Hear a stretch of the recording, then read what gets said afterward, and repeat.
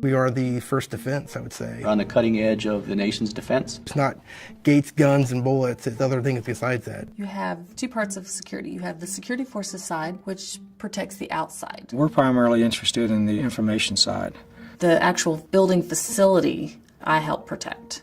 It's information security, it's personnel security, it's operations security, it's physical security. You have your locks, you have your alarms. Information that starts in the labs or starts from development, we're there at the beginning protection. One of the things we do with visitor control, we need to make sure these individuals have the proper accesses and eligibilities to enter these facilities. To make sure that they don't go into an area that they're not supposed to be in. We deal with all law enforcement activity. I dispatch, I make sure day-to-day operations are followed. We also check IDs to ensure authorized personnel are allowed entry. I was security forces in the military for 5 years. I'm retired from the Air Force. I was 4.5 years active duty. When this job came open, I jumped at the chance. I thought it would be great. I started out as secretary and have worked into the security man position. I worked in the private sector for 25 years. Can I say been there, done that? No. When I got out, I missed it so much that I came back. Doing the same exact thing I'm doing now. Really, the only difference is the uniform.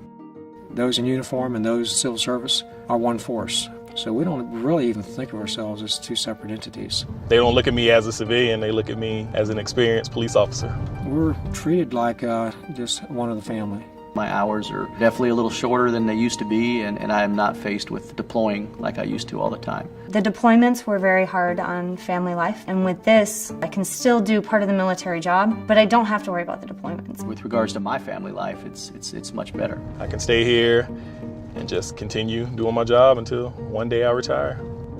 There's certainly opportunities for career advancement as well as moves of station if you want. I started off as a gate guard, went up to a patrolman, and then a desk sergeant all within 6 months. There are many different avenues for growth. If I wanted to go U.S. Marshals, or even if I did want to do SAPD, the training that I get from this job will help.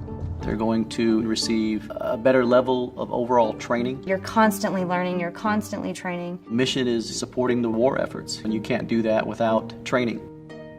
We definitely look for somebody that has a maturity level, somebody that is a team player. Somebody with a computer background or an information systems background.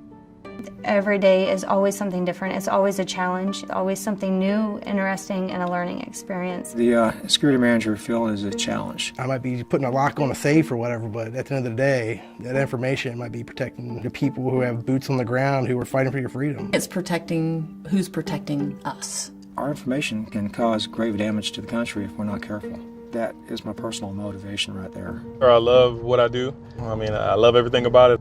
In the end, when someone's helped, it's nice to just go, oh, I finally did it. And that's what you come to work for. It will undoubtedly save lives. My name is Lisa Brame, and I'm a personnel security specialist at Wright-Patterson Air Force Base.